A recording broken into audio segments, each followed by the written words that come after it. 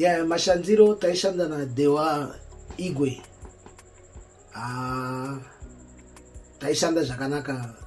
Afingi mega munoona mashandiro inoshanda Jonas na mudara wake Aleki Mopao. Ndiye mashandiro taishanda na Tongai Moyo.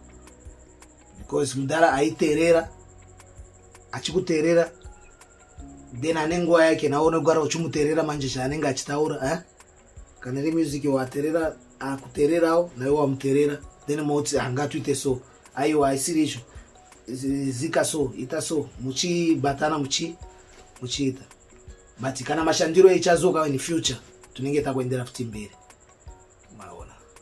He was a good guy for me and akanidzidzisawo zvimwe zvinhu kusvika nhasi takurekoda music yakadai is a true experience na kunirakiza nzvimbo zvakanirakiza on because ane nzvimbo zvakanirakiza zananga ndisaposo not kuona ndiri ndega but yakanirakiza, so I must appreciate